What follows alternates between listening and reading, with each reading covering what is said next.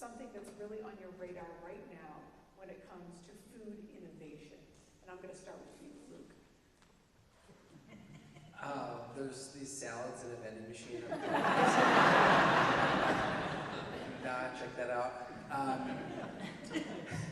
No, I think for food innovation, to me, it always starts in restaurants and what people are doing with restaurants and where that creativity comes to life and inspires people around things you can do at a really small scale and then grow. So that's where I go to get inspiration is great restaurants and trying to understand like where flavor profile is going. And beyond that, I think the effect of AI on like what are consumer preferences and how is the next like fermented meat going to be made and the precision that that's going to require. So those are kind of the two ends of the spectrum that I think about. Yeah, that's awesome. What about you, Mike? We are, I can say we again, are in the fortunate position of just seeing so much innovation in the CPG space, and it's incredible the amount of things that hit our inbox every day. Every aisle of the grocery store, every kind of slot in the cooler is being innovated on. And I think the most interesting things right now are in the beverage space. So what we would have traditionally thought of as beer, wine, liquor is now being expanded kind of horizontally into CBD, into cannabis, into a whole bunch of other things I'm not sure are real but have funny names. But then also in the non-alc space, right? And there's some incredible things happening in non-alcoholic beer, non-alcoholic wine that seemed like kind of like an experiment a couple years ago and are now really, really credible. And to me, it's interesting because oftentimes those beverages are what people choose to it's how they unwind and how they spend their time, and there's just a lot happening there. Yeah. Hey, what about you? What excites you most in the food industry right now? So I come from a different space, and I'm going to answer. So I'm also going to break the rules by answering with two things. Totally allowed. The first is being here. I think it's really. I think most of you can imagine when I'm in conversations during the day, it's usually not with people in the food industry and leaders like the ones on the stage. I'm a lot of times with our neighbors who face hunger. I'm with community leaders, and so I think for us to acknowledge that we are defining innovation in food, and we're also thinking about people for whom access to food is a daily challenge is something that I just want to lift up and celebrate. And I think it's awesome because when I walk into this room, I bring 2 million people in with me who are sitting there right now figuring out how on earth they're going to make ends meet so that they can have food for themselves and their families. So that's just one thing I want to know. Quickly, you don't always hear that Illinois, it's particularly Illinois government, is best in class, but one of the things that Illinois has done over the last year is bring forward a program through the USDA that is about elevating access for local growers and connecting that food with emergency food pantries and soup kitchens. And in Illinois, not only have we brought forward that program quickly and efficiently, we have also been the first state to recognize the importance and prioritize Black and brown farmers. This is an important conversation, and we are at the very front leading edge of that in our state, and I'm so proud of Illinois for that. So.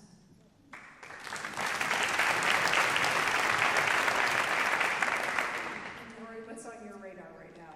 So I work with a lot of consumer goods companies, and piggybacking off of what Luke said, I'm really excited to see what's going to happen with generative AI as it applies to recipes, food formulation, creating sustainable packaging. I think, right now a lot of companies are experimenting with some really low-hanging fruit, but when you think about the unique flavor profiles and things that generative AI could create, I'm just really excited to see how our consumer goods companies start bringing some of that into their R&D pipelines. Awesome. And Curtis, what about you? Yeah, actually, I'm going to piggyback on what Mike had brought up about the non-alcoholic beverages. A few years ago, I decided that I was going to stop drinking for a while, only because I was in a position where we're getting ready to open this cocktail lounge called After, and I found myself at the end of the night having a couple glasses of champagne. Maybe it would turn into a tequila, and I would find myself waking up the next day not really enjoying what I was doing. It was unmotivating, and it was affecting the way that I operated my businesses and the way it affected my personal life as well. So I chose to stop drinking for a while. That while turned into now 2 years, and I'm interested because the non-alcoholic beverage side of it is because I own a bar, right? How weird is it that I haven't had any of my cocktails? It's like, chef, have you tasted? I'm like, no, I haven't, unfortunately, but I have a great team that I rely on, and I know what they do is amazing. So I'm very excited about seeing that and how it's changed our industry in a way that, people are leaning towards the non-alcoholic beverages. We look at the end of the night reports and you see how many non-alcoholic pairings that we do at the restaurant compared to the actual wine pairings. It's mind-boggling. People are really interested in not having an alcoholic beverage because the product out there is so great right now. Mike, I know you can speak to this, having so many different options at Foxtrot, and really having the venue to be able to showcase them in a way that you wouldn't have if you went into a big supermarket. I feel like just the venue of Foxtrot allows you to have a little bit more personal experience with a product. Can you talk a little bit about what Curtis is talking about as far as the non-alcoholic space and really the amazing innovation across every different type of alcohol that we're seeing? Yeah, it's been amazing. One of the things I always tried to protect ourselves against at Foxtrot was being this, I'm sure you will all laugh, but this overly yuppie millennial store where if you have a gorgeous package you can get on the shelf, because what we would see over and over again is really beautifully packaged things that just did not taste great at all, and they were expensive, and folks would buy them once and not come back. And I think non-alcoholic beverage was one of the biggest culprits of that. So a couple years ago when athletic brewing came out on the beer side, it was a big eye-opener. It's one of those things I drink, but I probably now drink, I don't know, once or twice a week instead of whatever, how many days there are in a week now. Because there is a product that just tastes like beer. And now you're starting to really see that on the wine side, where there is beautiful wine being made that's de-alcoholized in really interesting ways. And what you see is the repeat purchase rates of those items are what's really, really compelling. So not only are people buying that first bottle, but then they repurchase the second, third, and fourth, and it ultimately just changes lifestyles in ways that is, I think, very, very positive, but also it's surprising how quick that transformation has been. We've already established what a phenomenal food town Chicago is. I think we can all agree. But it's also a wonderful place to start a business. The ecosystem here really lends itself to giving so many different opportunities for a business owner to get going. Lori, this question is for you. I'm really interested, why is Chicago such a fertile place for new businesses, especially in the food space? So I think Chicago has a really, really rich history of, I think if you think about Wrigley has been a mainstay in this community. And so I think, and it's always been a target of a lot of our consumer goods companies there to be headquartered here. You also have a lot of universities here that cater to, or nearby that cater to food science degrees.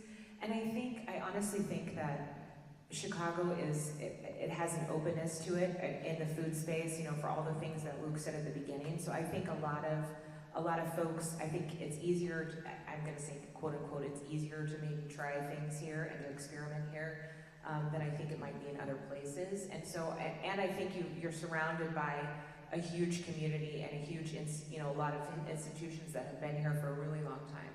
And Kate, how has Chicago helped you, meaning all of the different partners that it takes to make the food depository work? Well, at our heart, we're sort of this huge collective, and we have 800 partners. We have 11,000 people who come to our facility and roll up their sleeves and volunteer. This afternoon they were repacking potatoes, and they didn't smell great, right? So they were overall pretty good, but there were one or two in there somewhere that were not at the best. And so the fact that there are so many people, and I think that's actually a unique Chicago. When I talk to my colleagues who do this work in New York and Los Angeles, they don't have the same kind of community support that we do in Chicago. There is something in this amazing city and in its fabric about caring for our neighbors. Yes. People come out, we saw that during the pandemic. The number of, our phone lines went down, first with people calling us for help, and second with people calling us to help. And I think there is something about this city, it's in our DNA. And so we see that every day, certainly with financial donors, corporate partners, food partners, all coming together to make sure that we can achieve this vision of making sure that all of our neighbors have the food that they need, not just to get by, but to thrive. Luke, when you were first starting out, what did it mean to start out in Chicago, and how was that an advantage to you? Well, I always have to be honest. I moved to Chicago because my wife got a job here, so I got really lucky. And it's that honest Midwestern Yeah, sensibility that we love. Yes. But if I were going back and I knew what I know today about food, I would pick Chicago. And the only reason we've made it as far as we have is because we're in Chicago. So I think everything that people have mentioned around the community support, but also the deep institutional knowledge of food. So I started on a shared kitchen and needed to learn how to become a food manufacturing business.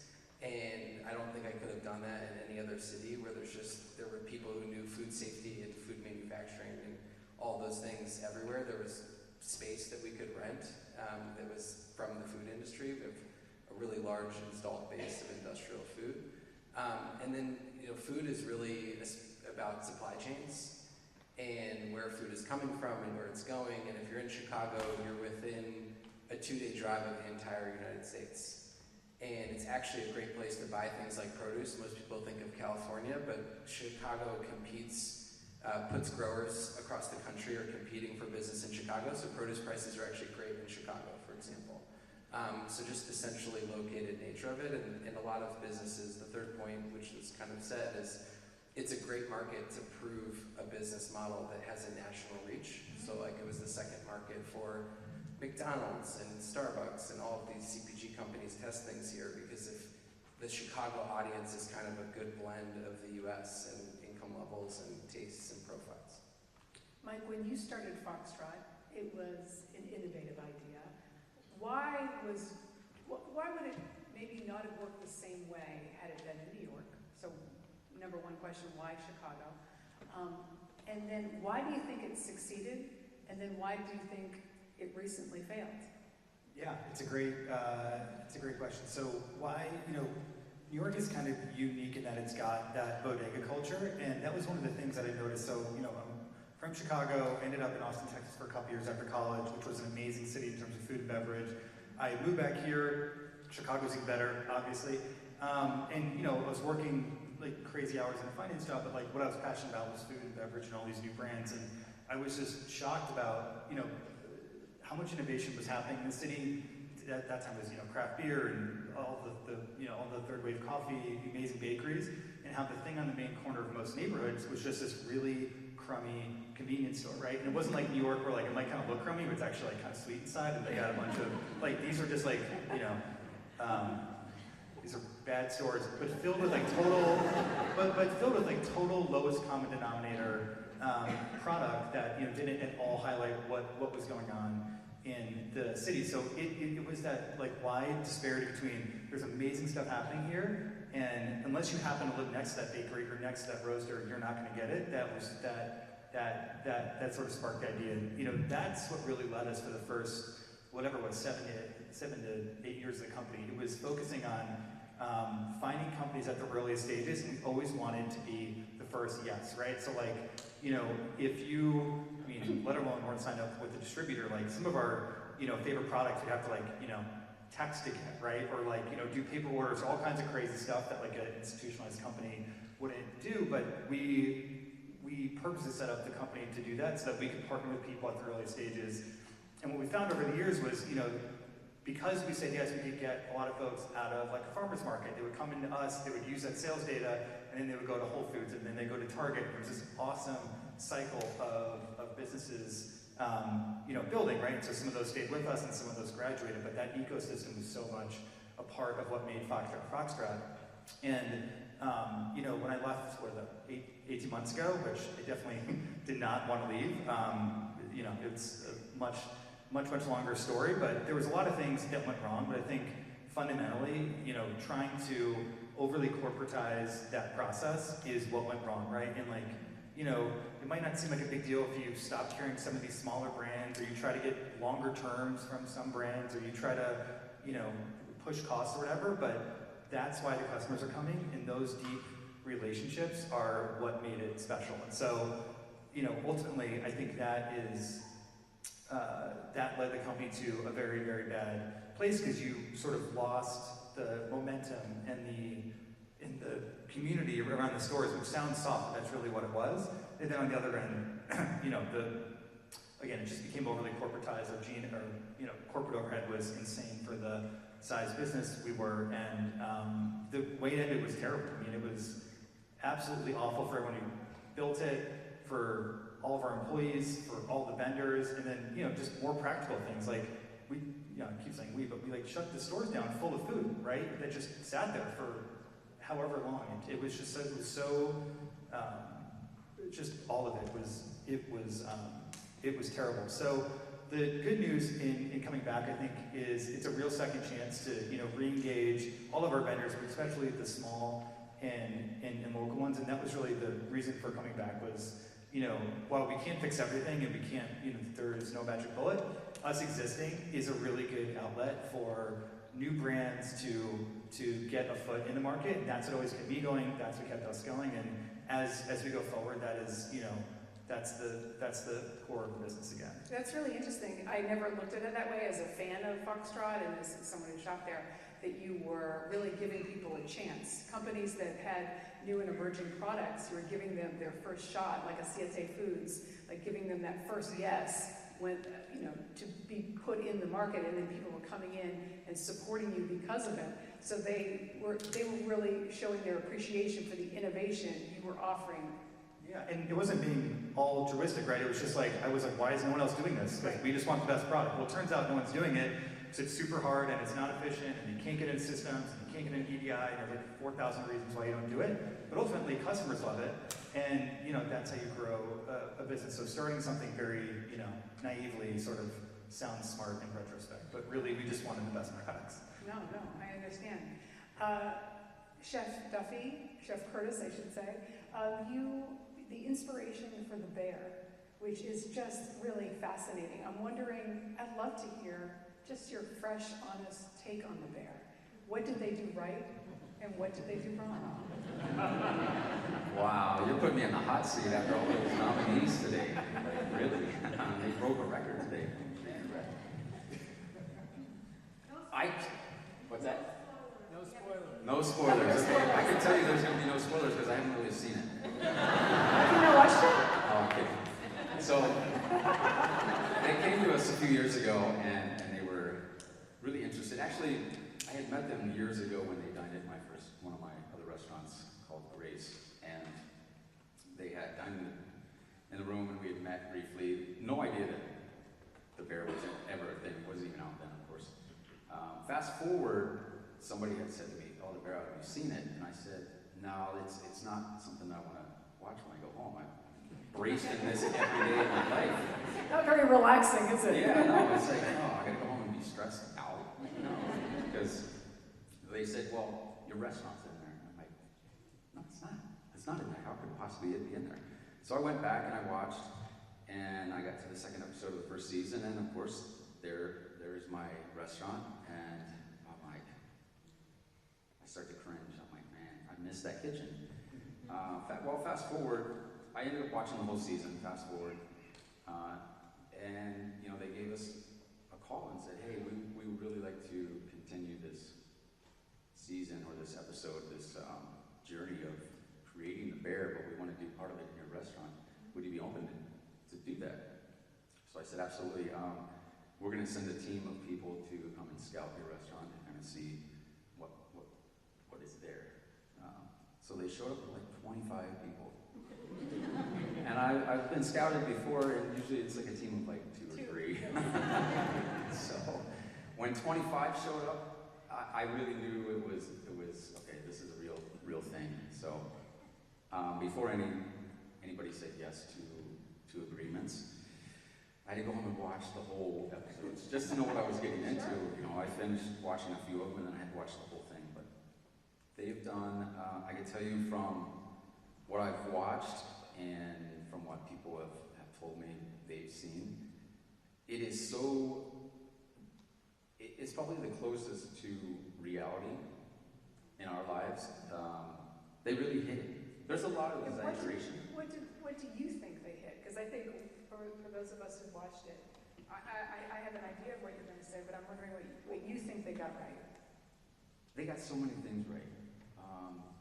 They over-exaggerate a few things, of course, and that's natural, it's TV. But it is like, it is the core of what we do. And you know, it's not like taken like, it's not so aggressive in a way, like every restaurant is like that. It's certainly not like that. Because they have those moments also where it showcases a restaurant, like my restaurant, that is super quiet and polished and refined, and the attention to detail and the daily grit and determination of every one of those chefs in there, they hit that as well. But they also hit on the other spectrum of craziness where stuff's coming out of the fryer and everybody's screaming and yelling and the chef is freaking out and slamming stuff and throwing stuff away. It's all real. It just, what restaurant are you in? Yes, the intensity. Yeah, absolutely. I find it, I enjoy watching the show, but I find that I feel so anxious after. Yeah, live that life, for sure. So anxious, I can't sleep. But they do a phenomenal job. I'm super proud of that show. Yeah. You know, do you feel like they missed anything? Did they miss any representation of the industry? I don't think so. I haven't gotten through all the episodes yet, but no, you know, it hits the personal side of who we are. It hits obviously the professional side of being in the restaurants. It hits a lot of relationships that are built within the four walls of the restaurant that are very strong and almost more powerful than actual family, because you're spending more of... You feel that. You feel it. You can feel it, because maybe I can feel it more because I've been in that life for so long, but I'm sure a lot of people outside can feel that connection, that these people spend 18 hours a day with one another. How can you not have that connection? Yeah, and the level of importance that, you know, my background started as a waitress in the hospitality industry, and I have such a love, or true love for the hospitality industry, which is why I created the show To Dine For around restaurants. But, you know, unless you've worked in those environments and cared, just simply cared, because, you know, really that is the magic ingredient to, I think, hospitality, when you truly care, whether you're front of the house or the back of the house. But if you have a real heart for it and really care about the product and the experience that the visitor, the diner is going to have, then you're on your way. Absolutely. And they captured that very well on the show. They did, yeah. You know, one of my favorite memories is when, this has nothing to do with the bear, but what you're saying is like, when we were able to take off the masks from COVID and we were able to actually embrace guests back into our restaurant, those memories and those pictures on those people's faces will always be ingrained in my memory because of how excited they were to be a part of just being able to go back outside and eat.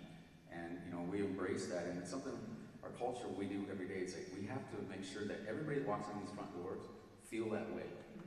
Whether it's their first time there or their 10th time there, they need to feel loved. They need to feel that from us, and it's so important. Yeah.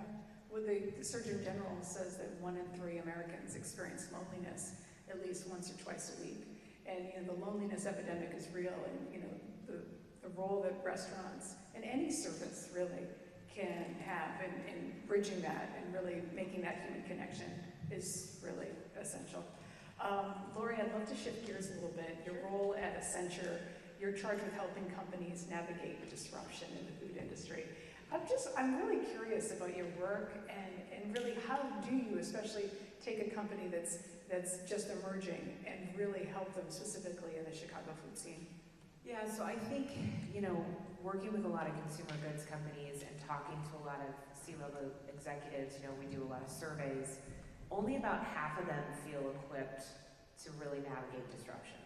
So, you know, and a lot of that disruption is out of their control, but a lot of it resides with the consumer and what the consumer wants.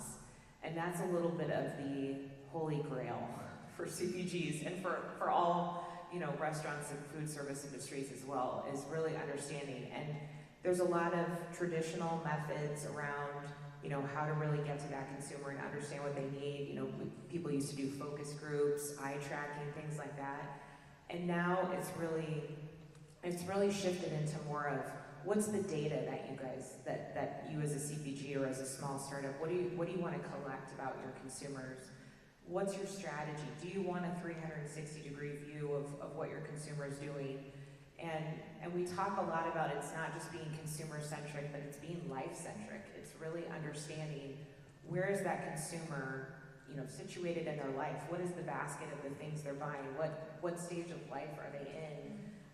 And really kind of meeting them where they are. And so, at Accenture, we've got a lot of different accelerators and different things that we can use to help with that. But a lot of our CPGs are honing this all the time. They're trying to say, what is our strategy? How do we collect the right data? And then it's really about, what the heck do you do with that data? How do you derive insights from that data? How do you know, how do you funnel that data into your R&D pipeline and actually try things sooner and faster? And so we kind of help companies navigate all the way from, where is the disruption occurring? What's happening with your consumer? What's your strategy? And then, what kind of data and technology do you want to unlock to really truly understand that consumer better? Because that's really, as I said, that's the holy grail of really understanding and being able to somewhat predict, because we always say consumers lie. They say one thing and then they do another, and that's why people kind of throw focus groups out the window.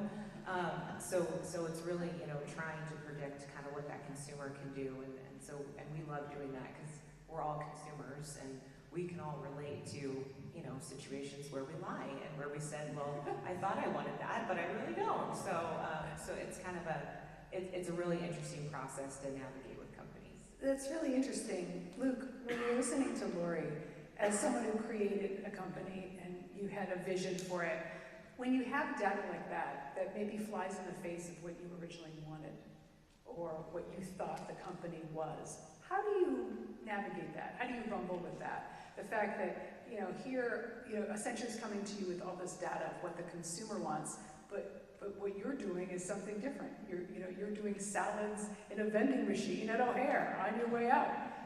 Yeah, I think it's, we actually said the same thing, like consumers don't really know what they want. So when I was asking people before I got started, like, would you buy your lunch from a vending machine? Like, 10 out of 10 people said no. Because they're like, that's disgusting. And I'm gonna go to the restaurant down the street. And I was like, but if it's cheaper and it's faster and it's more convenient, like, are you sure? It just has to taste just as good, like if it's equal.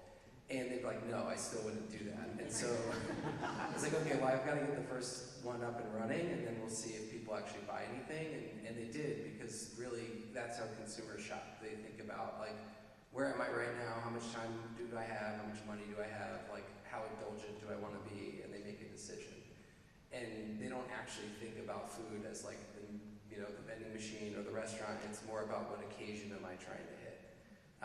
But then when you get into the data, we didn't have a lot of data. We weren't able to see it. And we were trying to make a name for ourselves. We were very chef-driven. So I had a chef who was really creative, but we weren't allowed to tell her a lot about what to do with the menu, which was the idea, like, be creative. But then we started getting all this great data on what people actually liked and were buying again. And so I had to show it to her and say, this is like a really high trial item, but people aren't buying it again, sort of similar to the alcohol example. So I think we need to change it, and I think she quit like a week later. No, I have to say, like, that's the worst thing you'd ever want to hear from a chef's perspective. It's like, the things that people are buying are the things like, no, but this is so much better. No, but they want this. Yeah, so we had to like rewire our whole brain to be like, how do you be creative, but also very data-driven? And we still use that to this day. Like, we can see whether you bought something again, how many times did you purchase it. If it's something that's high trial and low repeat, it should come off the menu as quickly as possible. But we do, that's the core of what we do, is looking at that data and trying to optimize the menu. And then we do that across 2,000 locations every day. And Lori, do you have to navigate sometimes going against someone who doesn't agree with the data? And how do you handle that? Oh my gosh. loaded question today. I think, you know, I always like to say, win the war with data. And sometimes that doesn't work. And so sometimes I think it's a little bit of, you know, and I think that's, as we're a big professional services consulting company, I think that's part of the job, right? You kind of, there's also understanding, you know, who do you go to? Do you go to the chef? Do you go to R&D? Do you navigate through? So I think sometimes it's just understanding that organization and how to navigate. And, you know, please don't quote me on this, but sometimes we're wrong. And sometimes the data is wrong. Yeah, sometimes the data is wrong. And I think sometimes you have to, it's a lot of the collaborative conversation that Luke just talked about. I think that you build a trust with your clients and you try to kind of help them navigate, because ultimately we're there to serve our clients. We're not there to necessarily solve a very specific problem. We're there to solve the problem that matters the most to them. Right. So, well, solving problems innovatively is really what this whole panel is about. And Kate, I can't think of a bigger problem than ending hunger and trying to solve the problem of hunger. How do you personally, in your group, Chicago Food Depository, how do you employ innovation to help solve the problem of hunger? A lot of different ways. I will give a quick commercial to Accenture. Lori and I were talking about a colleague who, this is a great, for all of you who are thinking about your next chapter, he had been a great executive at Accenture who came to retirement and decided he really wanted to have impact in a different way. And he cold called the Greater Chicago Food Depository and said, I have a set of skills. I know you have no idea who I am. Let me volunteer on a project and you can decide whether I'm good at what I do. He did. He was great. He now leads innovation for the Food Depository. He's the reason we were able to get the award that we did a year ago for some work that we're doing with technology that's really centered on the neighbors that we serve. And so I would say one of our superpowers is having this mission that draws people in, and then being open when people show up and say, I'm a chef, I want to be a part of your mission. I am somebody who has a career in thinking about how we can use technology to solve problems. I am a supply chain expert, or I am a finance expert, and being, I think our job is to create a table where everyone can come and be a part of the mission. I would also say it's having a point of view that our neighbors deserve the very best. And so I just want to lift up when I heard Chef say about the people who come into your restaurant, you said they need to feel loved. And I got goosebumps because that's what we talk about when we talk about food pantries. That's what we talk about when the Greater Chicago Food Depository partnered. We were the emergency responder on the first wave of responding to our new neighbors who were coming into Chicago. And at one point last fall, we were serving 30,000 meals a day, leaning on Black and brown-owned restaurants to partner with us. And what we talked about at every turn is this is not about coming up with the cheapest solution. This is not about coming up with a down and dirty solution. This is about leaning into the opportunity to see our new neighbors as amazing human beings who deserve our love. And in this moment, there was no better example of our love than amazing food. And I cannot even begin to tell you the number of conversations I had with mothers and fathers and young children who have had a horrific journey to this city. I have also had this conversation with mothers and fathers and children who have lived in Chicago all their lives. It is often the worst day of their life when they have to turn to a food pantry. So for us to have love, for us to think about a world where grocery stores, I love your stores, but also when I'm listening to that, I'm thinking about, you're right about there not being a bodega culture. That is a problem to solve in Lincoln Park. It is a moral imperative in Garfield Park. And the question is, how do we continue to lean in and invite people to come up with the solutions? Because the answers are there, and we need to make sure that we are extending it to all neighbors, not just the ones who have disposable income. Yeah, thank you, Katie.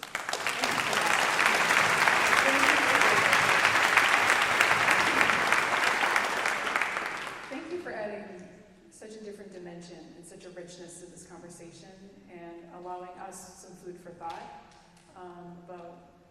about a world that many of us don't know enough about. So thank you. Very often when we talk about innovation, we think about trying things differently. Yes, solving problems, Lori, but also trying something new and interesting and fun. And I'd love to hear from you, Curtis, about creating Ever, what your vision for that restaurant was, what you had in your head, and how you employed innovation to create this new concept. You were known for grace, so it must have been scary to try something new, but maybe also exhilarating. Yeah. When we closed Grace, I never thought in my lifetime that I would have to give that. Grace was such a success for us and for me on many different levels, personal and professional. And to close the doors on something that you gave birth to and put everything into was very devastating for me. So to think that I had to go back and do it all again from scratch, knowing the amount of time and effort and the days of just being relentless, that was very hard for me to do, because I could have easily just stepped away and said, you know what, I don't want to do that anymore. I could easily say I won and then go on and do something that's less thought-provoking, less challenging, less demanding. But I said, you know what, I'm not finished with what I have to do in the world of food and wine. So I looked at it as the challenge was, how do we create this restaurant that was better than what everybody said was one of the best restaurants in the world? That's a hard thing to do when you're like, it's a lot of pressure. I never said that because I always felt like every day we have to be better. And we're not even close to being where we should be as Grace stood. But everybody's looking at you, this is the best restaurant I've ever been to. No, okay, fine, that's great, thank you. But I was not satisfied, so how do we create that as Ever? And what's the name? Like, let's give them the best of ever. Your best ever experience is always what comes up in conversation. Is that is the genesis of the name, the best? We use that name so much. My wife and I talk about, the best concert we've ever been to, with the best experience we've ever had, and that name just kept resonating with us. Ever, ever, ever, ever. So we said, my team and I said, let's call it Ever, and let's give them the best ever. The best china, the best silverware, the best product, the best service, the best ambiance, the best wine service. It goes on and on and on. And that's how we looked at Ever when we started to then create what it is today. And it's always been the fundamental thought process for what we do every single day. It's taking those core ideas and making sure that everybody's experience is elevated, and it's those small changes every single day, right? It's not the monumental ones every day.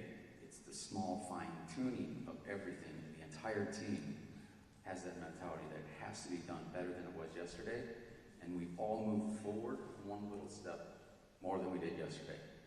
You won so many awards and so many accolades with Grace when you kind of are beginning to tell the story of Ever. But what did you want to say with this restaurant that you perhaps didn't say with Grace? I don't think I ever thought about that. I always thought that I wasn't finished with what I had started. It was like a continuation. Yeah, it was always, because that's a great observation. My business partner said, okay, now you have to cook differently. You have to be differently. And I'm like, no, just because we're moving locations doesn't mean that now all of a sudden that I worked 30 years in the business to now all of a sudden cook differently. Now all of a sudden I'm a French chef. Like, what do you want me to do? So I stayed true to who I was. I wasn't finished in the world of food wine. I was not finished. And I knew I had a lot more in me, and I wanted to put that out on the table. Because every day we're judged, every single dish is judged. Everybody has their critic, everybody is a food critic nowadays. And everybody wants to say something, but I just wasn't finished, and we had to keep moving forward. I was able to interview Jenny from Jenny's Ice Cream for the To Dine For show, and if you don't know Jenny's Ice Cream, it's really delicious, unique, artisanal ice creams. Really has a cult following. It's amazing. Jenny, when I asked her her biggest mistake throughout her career, she said at the very beginning she was making ice cream for her own palate, which she thought was delicious, and she would put it out, and what sold, and what didn't. But she didn't pay attention, Lori, to the data that they wanted darkest chocolate all the time, and that if the customer showed up and you hadn't made a batch, they would get angry and actually somewhat revolt a little bit against your brand. And in her heart, she's an artist, so she wants to cook, she wants to create what she loves. And it was several years before she kind of reconciled that tension between what she wanted to do versus what the customer wanted. How has that played out in your career, or has it? It has, and it's very simple. I don't care. I don't. I'm lucky enough to be in a position where you come to the restaurant for the experience, right? And we are a tasting menu only. And that's the beauty of it, right? If I changed every single time somebody said something about my food, what foundation do I have to stand on as a chef? Right? I can never move forward because this guy said it was too salty, it needs more acid, it needs sweetness, it needs this, and I don't like this. And if I change it every single time, what do I stand with? I have nothing. So I've always felt, as a young cook, if I'm going to put a dish on the menu, I don't care what anybody says. Sure, it hurts every once in a while, but I have to trust my own instinct and go with, and not deviate, not for anybody, to do what I love to do. And that's it. Like, take it or leave it. But I'm in a unique position to be able to do that. Because you're already in my dining room, and you're going to get what I served you, or you have to leave. And you've already won so many Michelin stars, exactly. You can say that. But I don't have the ice cream shop that's demanding the dark chocolate every single time. Yes. And no, it's yeah, like for example, Mike, if you had an emerging brand that you just loved and you put on the shelves but no one purchased, you had a decision to make, didn't you? Yeah, but that was the difference, is we have the autonomy, like, this is actually kind of what went wrong at the end. Like, they just started downloading Spence data and caring what everyone else cared. Like, that's not it. People came to Foxtrot for a point of view, right? And the point of view doesn't exist somewhere, because if it did, then it would be everywhere, right? And so you have to build a culture of, we always said, like, someone has to love it for it to be on the shelf. It doesn't mean that the 3 or 4 of us who make products all have to love it, but someone has to be like, I love this thing, and it's going on the shelf, and that's it. That's good enough. It can go on. One person loves it, it's on. If after a month it doesn't sell, it's gone, right? So it's sort of, you have to have the non-formulaic, non-scientific risk-taking thing of just like, I saw this thing at the farmer's market, I was in a new neighborhood, this thing's incredible, we gotta get it on. But then, you can't be dogmatic about it, right? And that's why we also sell Oreos and Diet Coke, because turns out people love Oreos and Diet Coke, right?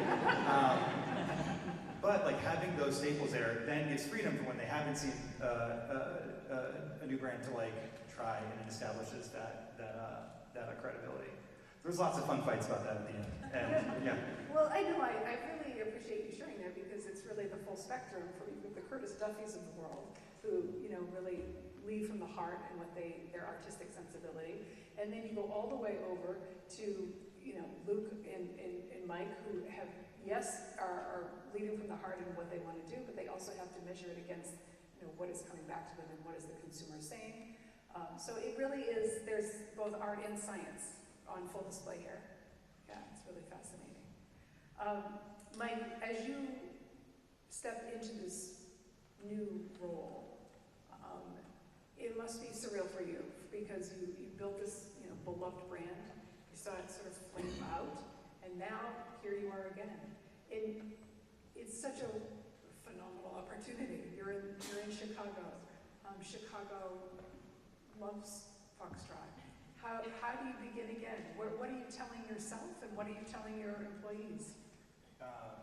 Chicago loved Foxtrot. I hope they love it again. I'm trying to get us on the right foot here. I'm trying to be your first cheerleader. Like I said, I was out not because I wanted to, but I wasn't. So when this all kind of came about, this happened very fast, and how the transaction happened, like I wasn't really a part of it. And so, the opportunity kind of came back of, hey, do you want to step back in and run this? And it was, was really talking to our employees and our vendors to just kind of see where everyone was at. And for our employees, many of them had spent, maybe we've been around for a while, so 5, 6, 7 years in the company, had really put so much of themselves, had grown their own careers, and that was kind of taken away. And I was, I don't know if surprised is the right word, but it was very clear that they wanted a second shot to have it end on a much better note. And for our vendors, it was oscillating between super pissed off and very hurt, which like 100%, like they got totally screwed, and but then also recognizing that a lot of our relationships have gone back years, and we were really able to kind of help each other. So all to say, knowing that the vendors wanted to come back, knowing that employees wanted to come back is essentially what allowed me to come back. So there's a ton of work to do. This summer has been, it's like I feel like I'm in a deeply emotional conversation every hour, all day. But it's worth it, right? And I think having a place where new founders, small business owners, most of which we found, speaking of the data, it was something like 70% of our new brands are women-owned or BIPOC-owned, which is not intentional, but was amazing, right? I think what we found is like a certain type of person is really aggressive and they can find grocery bars and get on shelves, and others, don't have those same opportunities. And so, anyway, being a place where we can support those kind of brands is incredibly important. So it's a lot of work. It's certainly not what I thought I was going to be doing, but I'm so happy to have the opportunity to again. Yeah, we will all be anxiously awaiting the comeback of Foxtrot and watching. Please come back. It's going to be great. We hope to have you back here on the stage to hear the whole full story, because it's going to be great. Really, I want to take some audience questions in just a minute, but Lori, really briefly, when you talk about food and innovation, alternative protein always comes up, Yes. right? Can you talk a little bit about where that's heading and what you see on your radar? Yeah, so alternative proteins is a very interesting topic, so I'm glad you asked, because there's some people that have a very visceral reaction to it. And so, this is where I become like scary stats girl, because there's really like 3 reasons why everyone should care about all protein. And the first stat is that by 2050, so 2050, we need 60% more food to feed the world's population. And that's impossible given where the trajectory that we're on. So alternative protein can mean fermented protein, it can mean lab grown, it can mean plant, it can be a hybrid of those. That is going to help us be able to meet that demand. So the first thing I'll say is alternative proteins are better for the earth. They're a better use of our land, of water. They reduce greenhouse gas emissions. So first thing to know, alternative proteins better for the earth. Second thing, they're better for our health. And I don't need to tell you guys the data around eating more vegetables and plants and things like that. My other scary stat is by 2035, over 50% of the global population will be obese or overweight if we don't change our diets. Yeah, it's like pin drop, right? So that number 2, better for our diet. And then the third thing is, this is truly innovation, right? We're all here to talk about innovation in food, and the things that are happening around precision fermentation, around, maybe insect proteins and all sorts of things. This is truly true innovation in R&D processes and solving a big problem. So we should all be caring about alternative protein. And when you guys were talking about non-alco bev, this is kind of what that is. Like, people are really starting, the taste, the texture, all the things that people used to kind of complain about. We're sciencing a lot of that stuff, and it's going to get a lot better, and it's kind of going to be undeniable. And we're seeing a huge draw in food service and retail and restaurants, that people are wanting more alternative protein options. So 3 things: better for the environment, better for our health, and this is true innovation. So thank you. That was a lot of information in a short amount of time. So I really appreciate that. From a moderator standpoint, we are going to take a few audience questions. We don't have time for many, but we'd love to hear from you. If anyone has any questions, I see someone right in the back. Paul, are you going to run? Okay. The person who has the microphone gets to decide who gets to ask the questions. Where's the question? Oh. Thank you so much. It was a great talk. My name is Carrie Jordan, and I have a question for Mike and Luke specifically. Your insights were very non-consensus. So when you went out to raise capital, how did you convey your pattern-breaking ideas to the funders, and what was the tipping point? Great question. I did not raise money before starting Farmer's Fridge, so I used like my savings and credit cards and even my wife's paycheck a few times. So I could afford like 2 vending machines and a shared kitchen where I rented a table by the hour on the west side of Chicago. So it wasn't like I raised a lot of money, and I think getting through like proving that product market fit, or what is that the first thing that people object to? Can you get that proven with as little money as possible? Because we really didn't raise any outside money for the first 3 years. It was working in that shared kitchen, proving we could get more locations up and running, driving to the produce house to pick it up. Like, it wasn't at all investable. And then we were able to show that the economics worked for a single route, basically. So 15 machines, and we had enough locations where that would work. But that was how we used the economics of the route to raise money. Yeah.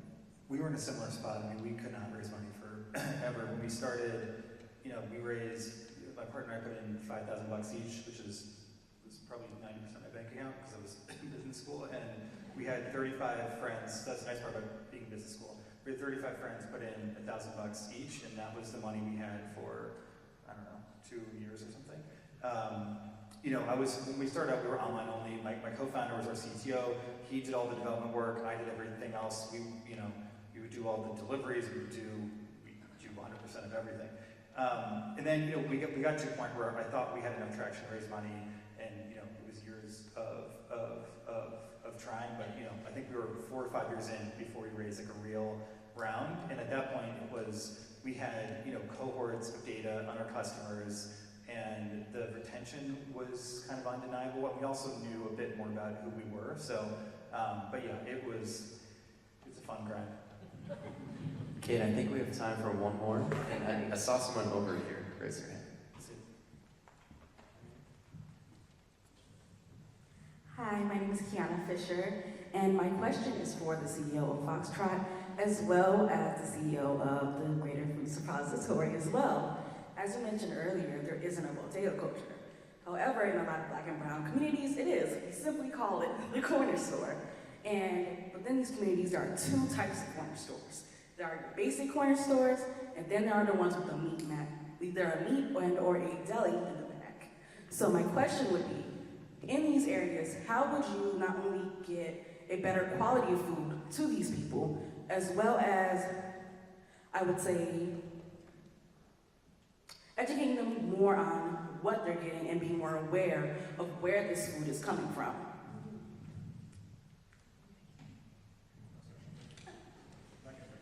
Well, I'm happy to start, and I'm actually, so I think part of it is the people who live in a lot of the communities that I'm thinking about on the south side of Chicago and the west side of Chicago, they are also consumers, and they have opinions and they have brains, and we should always center our responses on them. I will tell you, there is an amazing store, and here's a challenge for all of you. No offense to my partner here next to me. I think the most amazing grocery store in Chicago is on the corner of 63rd and Racine in the West Englewood neighborhood. It's called the Fresh Market. It's run by an organization called Iman. They worked for 20 years to bring this forward. It is a community-owned grocery store. It is amazing. And they will break out of this cycle. We need more organizations and frankly more people who are willing to support places like Iman. The people in communities where there aren't grocery stores are not all that different than the rest of us. They just don't have grocery stores. Yeah, and what I would say on that is, I certainly don't have all the answers, but I think our role in that ecosystem is really supporting the young, up-and-coming food brands in those neighborhoods so that they can grow their businesses, they can hire more people, and support their kind of local ecosystem in their community. So that's been something we've been championing behind the scenes for a long, long time, and I think how we can have the most impact. I just want to say thank you to every one of you on this panel for being part of such a robust discussion. Thank you. Thank you. And thank you to you.